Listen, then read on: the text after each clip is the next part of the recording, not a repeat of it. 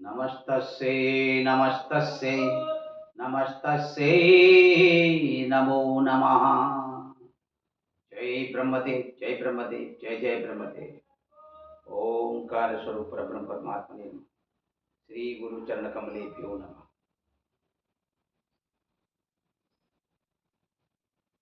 आज मेरे लिए एक बहुत बड़ी बात है। मेरे लिए एक सौभाग्य की बात है कि आज मैं आप लोगों के लिए एक ये विशेष वीडियो बना करके भेज रहा हूँ। आज मेरे मन में अनायास ही एक ऐसा उद्गार, ऐसा विचार आया कि क्यों नहीं मैं भी अपने इस ब्रह्म ज्योति ज्योतिष यूट्यूब चैनल के माध्यम से एक ऐसा ज्ञानवर्धक वीडियो आप सब तक बना करके पहुंचाऊं। बस इसी विचार की इसी श्रृंखला में मेरा मन अंदर से काफी भावुक हो गया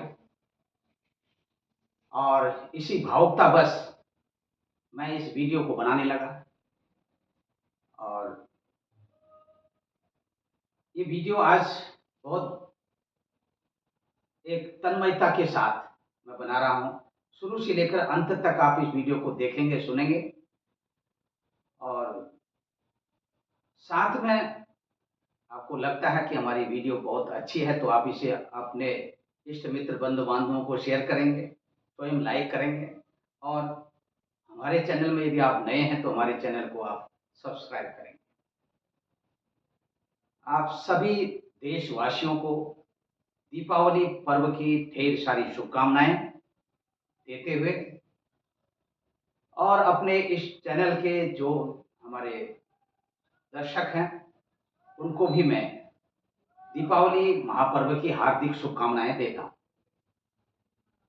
तो दर्शकों, ब्रह्म ज्योति ज्योतिष यूट्यूब चैनल ये पिछले 10 वर्षों से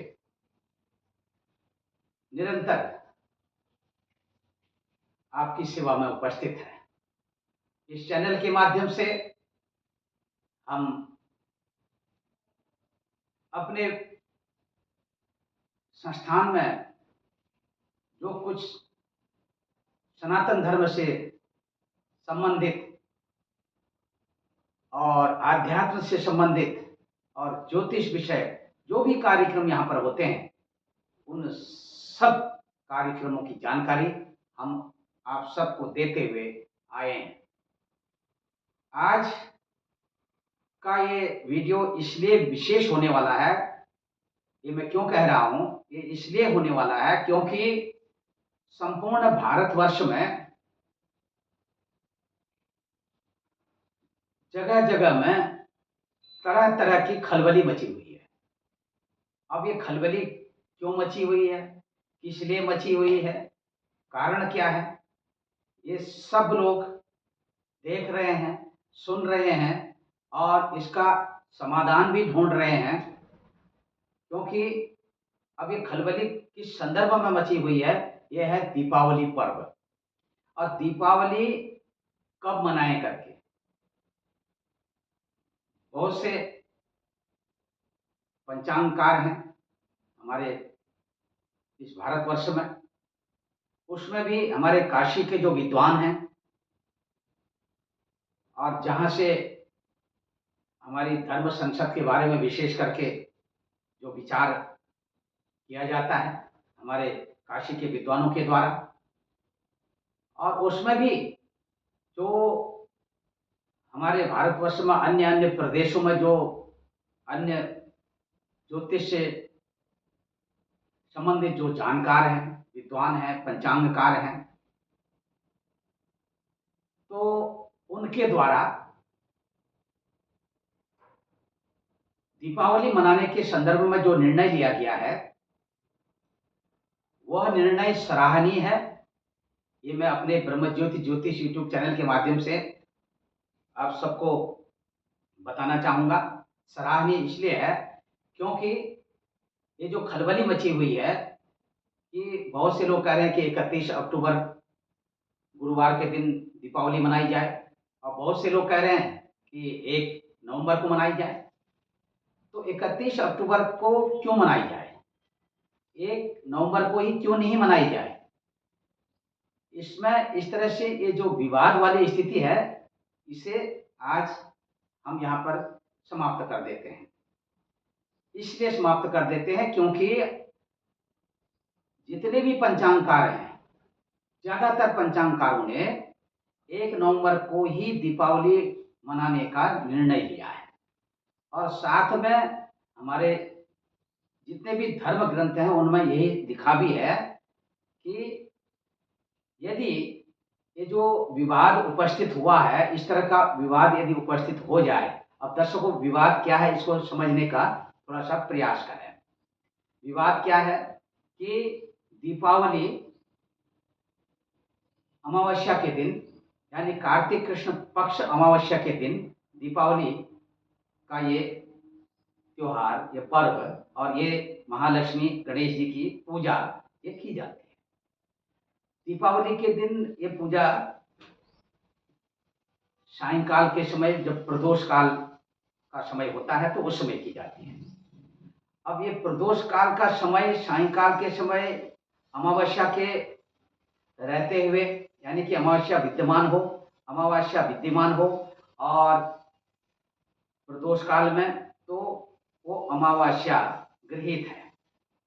अब यहाँ पर स्थिति यह है कि 31 अक्टूबर के दिन सायंकाल के समय में 3:53 में चतुर्दशी तिथि समाप्त हो रही है और अमावस्या तिथि का प्रवेश हो रहा है। और अमावस्या तिथि यहाँ 3:53 सायंकाल से प्रारंभ होकर के 1 नवंबर को 6:17 तक, सायंकाल के समय में 6:17 तक है। अब सूर्यास्त दोनों दिन जो है 5:32 पर हो रहा है, यानी 31 अक्टूबर के दिन भी और 1 नवंबर के दिन भी। समझने की कोशिश करें। अब यहाँ पर हमारे जो धर्म सिंधुकार हैं, निर्णय सिंधुकार हैं, उनके मत के अनुसार यदि इस तरह की स्थिति उपस्थित हो तो जो पहले दिन वाली प्रदोष व्यापिनी अमावस्या है उसमें दीपावली न करें, दीपावली न मनाएं, लक्ष्मी पूजा न करें। दीपावली जरूर जलाएं लेकिन लक्ष्मी का पूजन न करें। दीपावली का जो विशेष पर्व है वो 1 नवंबर 2024 शुक्रवार के दिन प्रदोष काल में, क्योंकि ये प्रदोष काल वाली जो स्थिति आई है ये दोनों दिन है। अब यहाँ पर दोनों दिन होने से अब 31 अक्टूबर को मनाया जाए कि 1 नवंबर को मनाया जाए, जब हमारे निर्णय सिंधुकार और धर्म सिंधुकार कहते हैं कि यदि इस तरह की स्थिति उपस्थित हो तो दिनद्वये परा सत्वे सती, यानी कि 2 दिन अगर प्रदोष काल में अमावस्या व्याप्त हो तो ऐसी स्थिति में परा माने दूसरे दिन वाली प्रदोष काल में जो अमावस्या प्रदोष काल में है वो वाली अमावस्या में दीपावली पूजन, महालक्ष्मी गणेश लक्ष्मी पूजन किया जाए, साफ शब्दों में कहा है। तो इसमें किसी प्रकार की कोई विवादास्पद स्थिति उत्पन्न होनी ही नहीं चाहिए थी।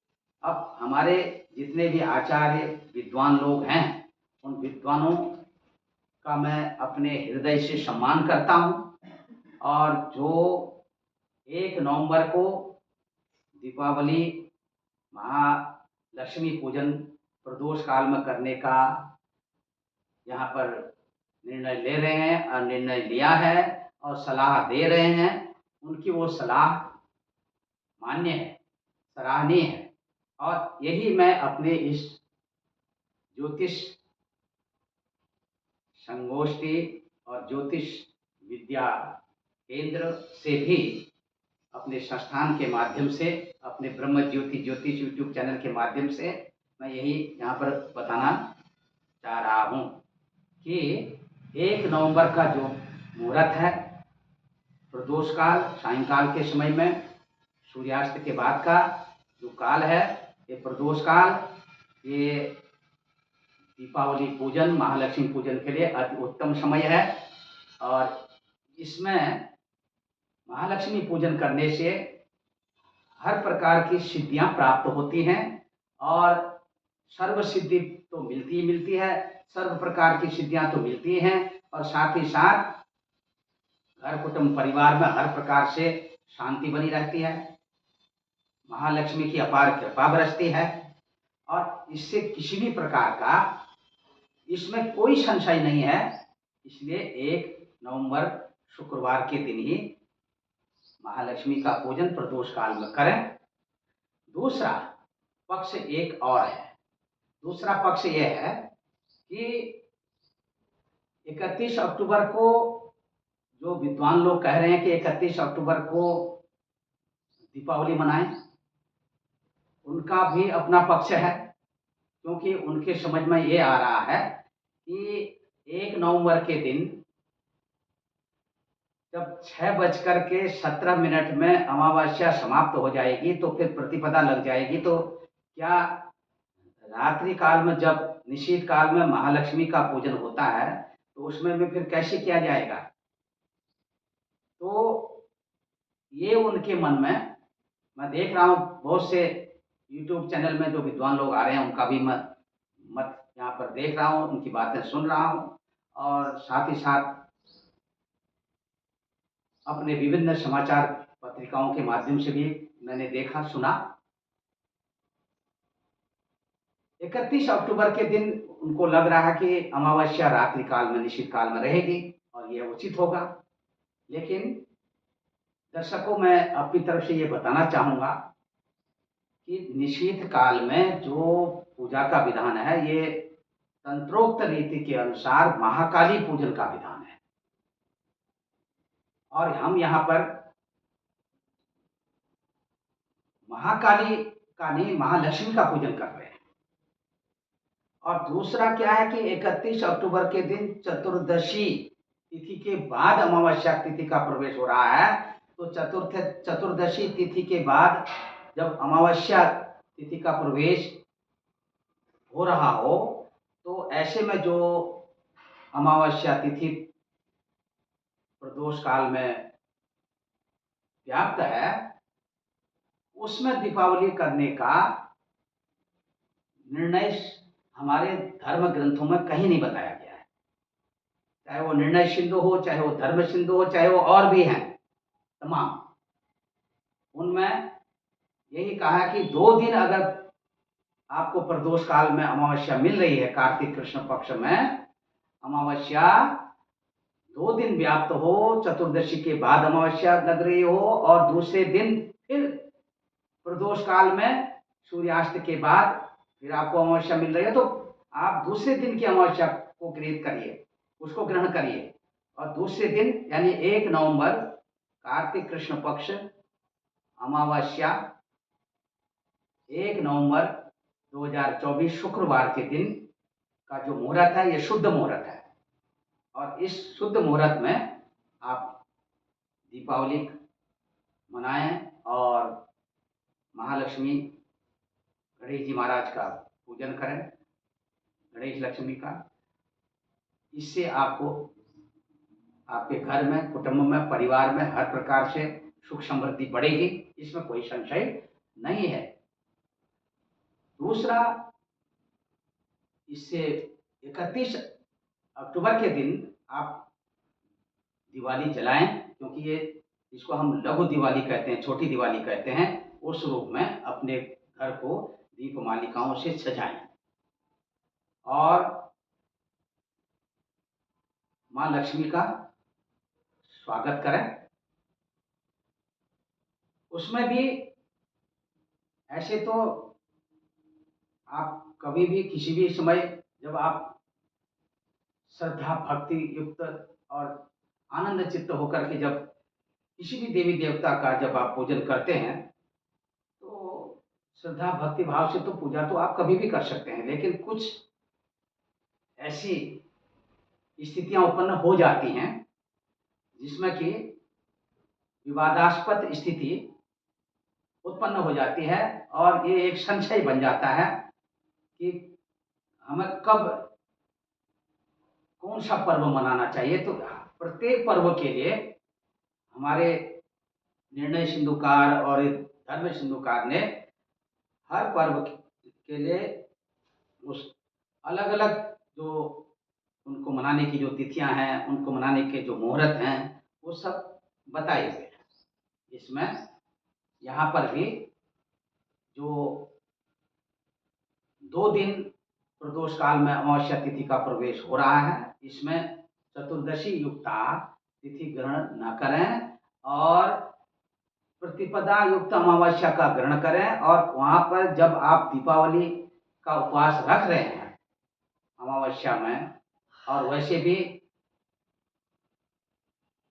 उदया तिथि 1 नवंबर के दिन अमावस्या उदया तिथि है, और ये उदया तिथि का यहाँ पर प्रश्न है तो, क्योंकि उदया तो है ही है, क्योंकि हमारे यहाँ तो जो तिथि उदय होती है उसी में हम उसको मानते हैं कि ये आज ये तिथि है। जैसे एकादशी तिथि को ही ले लीजिए। एकादशी तिथि जो सूर्योदय व्यापनी होती है, सूर्योदय व्यापनी एकादशी तिथि में ही उपवास करने का यहाँ पर तो शास्त्रीय निर्णय है। एकादशी तिथि में हम सूर्योदय व्यापनी जो तिथि व्याप्त एकादशी तिथि हो सूर्योदय काल में, उसको हम मानते हैं।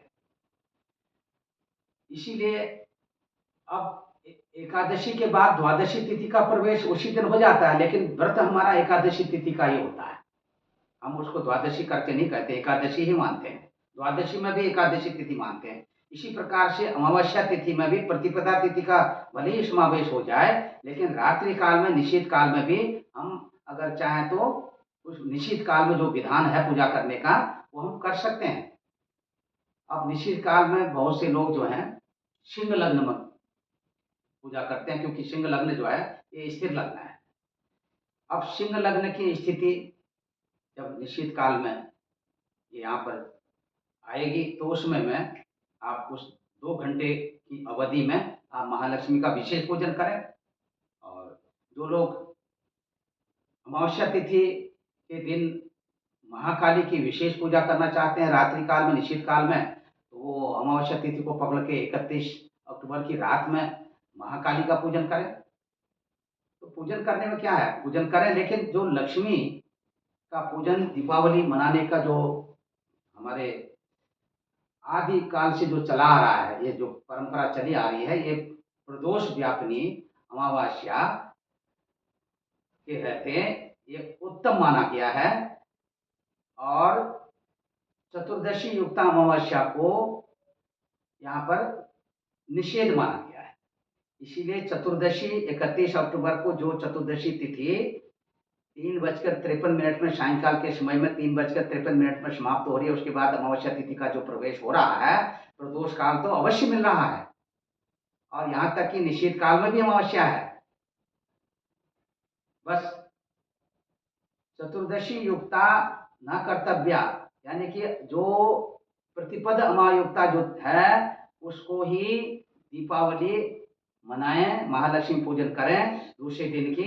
ये हमारे धर्म सिंधुकार, निर्णय सिंधुकार और तमाम पंचांगकारों ने, यहाँ की काशी के पंचांगों में भी, चाहे आपा जी का पंचांग हो, गणेश आपा जी पंचांग हो, अन्य जो पंचांग हो, उनमें यही बात, यही निर्णय लिखा गया है।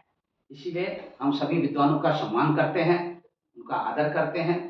सभी विद्वान अपने अपने तरीके से, जिन लोगों ने जो अपना 1 तारीख का निर्णय लिया है, और उनके उस निर्णय की हम सराहना करते हैं। और साथ ही साथ यहाँ पर मैं ये भी बताना चाहूँगा कि इसके अतिरिक्त यदि इस प्रदोष काल के अतिरिक्त कोई विशेष रूप से महालक्ष्मी पूजन करना चाहते हैं, तो उसके लिए सायंकाल के समय में एक बहुत अच्छा मुहूर्त होता है, जो वृषभ लग्न में, वृषभ लग्न में और वृषभ नवांश की जो अवधि है उसमें, क्योंकि वृषभ लग्न के बाद जो 5वां नवांश होगा वो वृषभ नवांश होगा। तो वृषभ लग्न में जो पांचवा नवांश होगा वो वृषभ नवांश होगा, तो उतना जो वृषभ लग्न में वृषभ नवांश का जो उनकी जो अवधि है उसमें अगर महालक्ष्मी का पूजन हो और उसमें प्रारंभ किया जाए तो इसमें अति उत्तम फल की प्राप्ति होती है। और उसमें भी क्योंकि समय इसमें नवांश की स्थिति को देखते हुए समय कम रहेगा, तो संपूर्ण ये मान ले लेंगे अपने, ये देखिए 7:08 से लेकर के और 7:21 तक का जो है ये है आपका वृषभ लग्न में वृषभ नवांश का समय।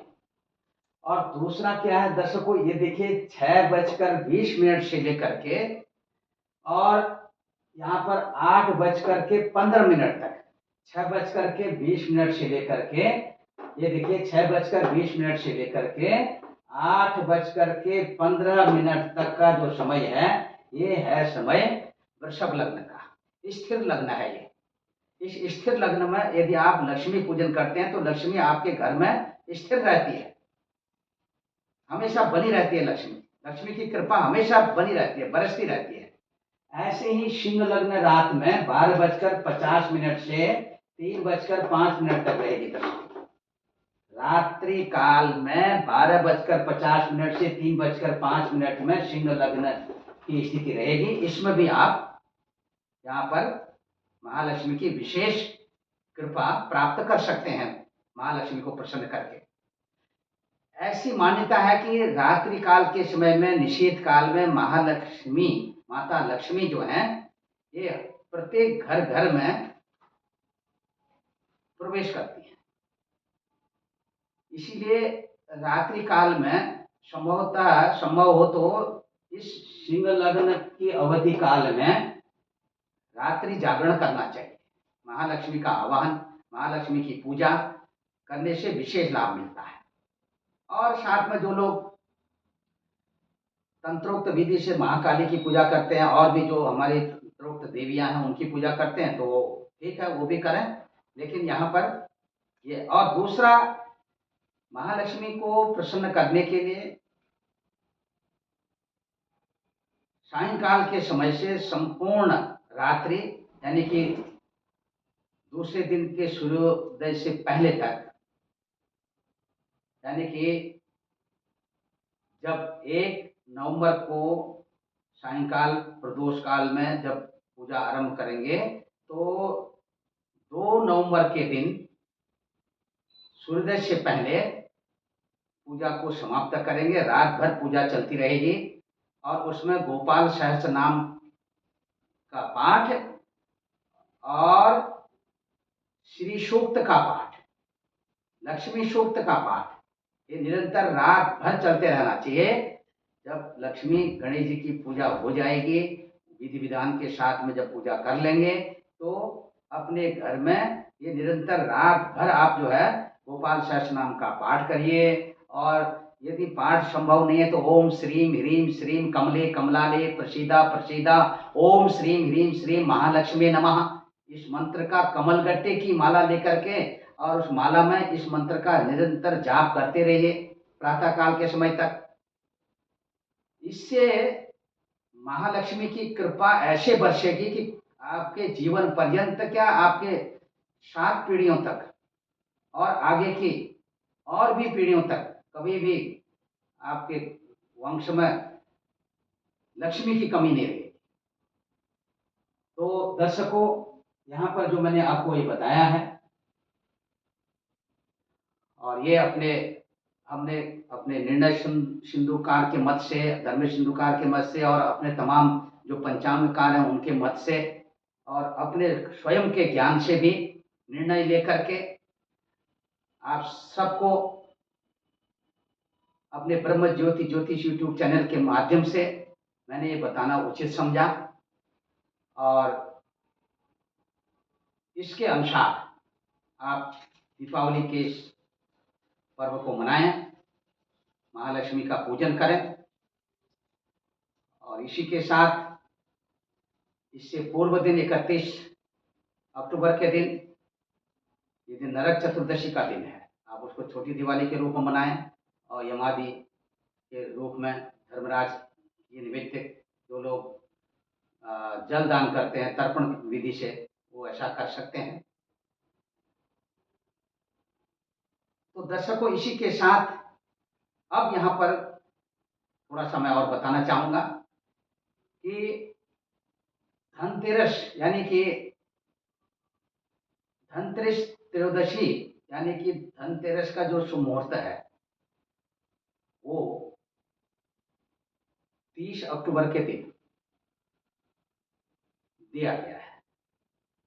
30 अक्टूबर को धनतेरस मनाएँ, धन्वंतरि का पूजन करें और इस दिन ये भी परंपरा है कि आप अपने घर में सायंकाल के समय प्रदोष काल में जब आप बाहर जाते हैं तो ऐसे तो जब सायंकाल का समय जब प्रारंभ हो जाता है, आपकी इच्छा अनुसार जब आपको समय मिले, रात्रि जब तक प्रायः दुकानें खुली रहती हैं, तो आप उस दिन जो है घर में नए बर्तन लाने का, नए बर्तनों को खरीद के लाने का भी ऐसी परंपरा है। और